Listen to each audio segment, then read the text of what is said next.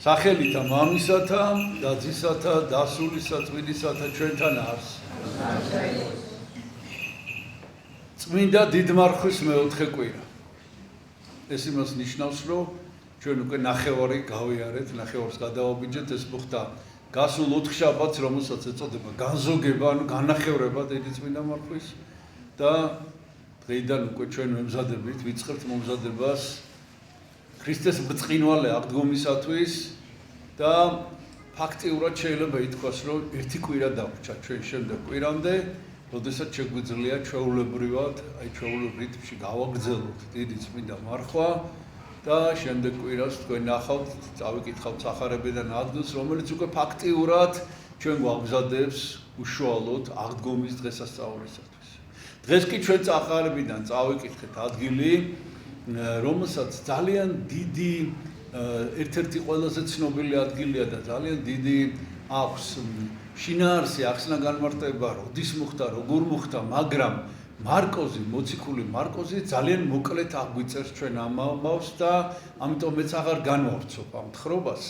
აქ ლაპარაკია იმაზე, რომ მოდის იესო ქრისტე თავის მოციქულებთან ერთად, თავის სამ მოციქულთან, პეტრე, იაკობ და იოანესთან ერთად და საქმე ის არის, ეს არის ფერისცვალების დღესასწაული, ფერისცვალების მოვლენის შემდეგ და მალე ძალიან მალე უკვე ესენი მიდიან იერუსალიმში, რომ მოხდეს ქრისტეს ჯვარცმა, ანუ სახარების მიხედვითაც უკვე ძალიან უახლოვდებით, აი ამ მიმდინარე კალენდრის მიხედვითაც აღდგომის დღესასწაულს უახლოვდებით, აი ბოლო ფაქტიურად შეიძლება ითქვას, ბოლო საგზალი, ბოლო რჩევა, ბოლო მთავარი აი რას უნდა მივაქციოთ ყურადღება.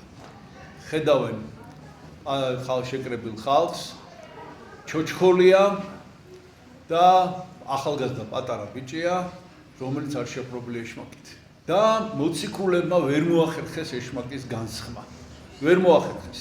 მიუხედავად იმისა, რომ მათ მიცემული ჰქონდათ იესოსგან ეს უფლება. და მე ამ დეტალებს აღარ აღწერ, ხა იქ ძალიან საინტერესოა ყველაფერი და ეს მშობელი ეუნება და თხოვს, რომ თუ შეგიძლია წარმოიდგინეთ ღმერთს ეუნება ამას, თუ შეგიძლია განმეკურნე შვილი. და მართლაც იესო განასხამს ამ ეშაკს, ეს ბავშვი დავარდება მყარებით, მაგრამ შემდეგ იესო მოკიდებს ხელს და წამოაყენებს. და როდესაც შემდეგ აი ეს ამბები ჩაივლის და იესო თავის მოწაფეებთან ერთად შეიკრიბება, მოწაფეები გაუგნებულები ეკითხებიან, ჩვენ რატო ვერ მოვახერხეთ ამის გაკეთება? და აქ არის უკვე თავარი იესო ქრისტეს დამოძღვრა, რჩევა, მითითება, თუ როგორ უნდა მოხდეს ეშმაკის განსხმა, რომელიც ყველას ჩვენ გვეხება. ნათესავი ესე ბოროტი განვალს მხოლოდ ლოცვითა და მარხვით.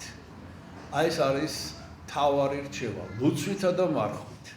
დიდ მარხვის მეოთხე კვირას, აი ჩვენ ვისმენთ ამას. რას ნიშნავს ეს? ეს იმას ნიშნავს, რომ ჩვენ თავარი ყურადღება, თავარი ჩვენი აქცენტი უნდა გავაკეთოთ ლოცვასა და მარხვაზე და აქ არის სწორედ ერთი ძალიან საინტერესო მითითება ამ სიტყვებზე, იესო ქრისტეს ამ სიტყვებზე, ლოცვითა და მარხვით, არა მარტო ლოცვით, არა მარტო მარხვით, არა მარტო მარხვის გამკაცრებით ხშირად მოდიან და გთხოვენ ლოცვა კურთხევას, რომ მარტო პურზე და წყალზე ვიქნები პირველი კვირა და ბოლო კვირა. ამით არ წყდება არაფერი.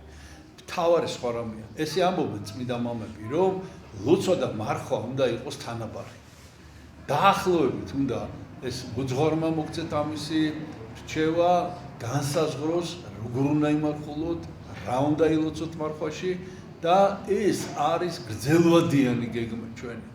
ჩვენ მთელი ცხოვრება უნდა გვახსოვდეს, რომ ერთნაირად უნდა შევასრულოთ მარხვა და ლოცვა და მხოლოდ ასე არის შესაძლებელი ეშმაკის გასვლა. ეშმაკი, რომელიც რა თქმა უნდა ყველა ადამიანში მეტნაკლებად შემოდის, მეტნაკლებად ადამიანს აიძულებს, ესე იგი აცდუნებს უწოდები ჩაედინოს და თავის დაცვა მხოლოდ შეიძლება მხოლოდ ლოცვითა და მარხვით და ძალიან ცნობილი და გავრცელებული მაგალითი არის, ამას მოგიყვანთ, რომ წარმოიდგინოთ რაზეა ლაპარაკი, ვისაც უცდია ნავში ჩაჯდომა და ნავით გაცურვა ტბაში მაგალითად, სადაც დინება არ არის, აუცილებლად თქვენ ყველას გეცოდინებათ, რომ ორივე ნიჩაბი უნდა მოუსვათ, რომ წინ წავიდეს ნავი.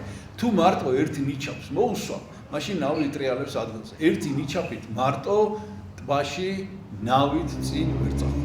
აი ეს ორი ნიჩაბი არის მარხვა და ლოცვა და კიდევ ამბობენ რომ აი ფრინველს ორი ფრთა აქვს და აი ამ ორი ფრთით ის შეიძლება ზეცაში რომ აფრინოს. აი ეს არის მარხვა და ლოცვა. ასე რომ ჩვენ რაც დაგვჭა დრო გავამახვილოთ ყურადღება, გავაძლიეროთ ჩვენი მარხვა და ლოცვა, ეს იმას ნიშნავს, რომ არ ვიზარმარცოთ. არ ვიზარმარცოთ, თორე რა თქმა უნდა რაღაც განსაკუთრებულს ახლა ჩვენ ყველაფერს გავაკეთებთ. შვიდად გავაგრძელოთ ლოცვა და მარხვა. ნათესავი ესე ბოროტი განვალს გარნა მხოლოდ ლოცვითა და მარხვით. ვერთმა დაგლოცოთ ჩვენთან არს ღმერთი.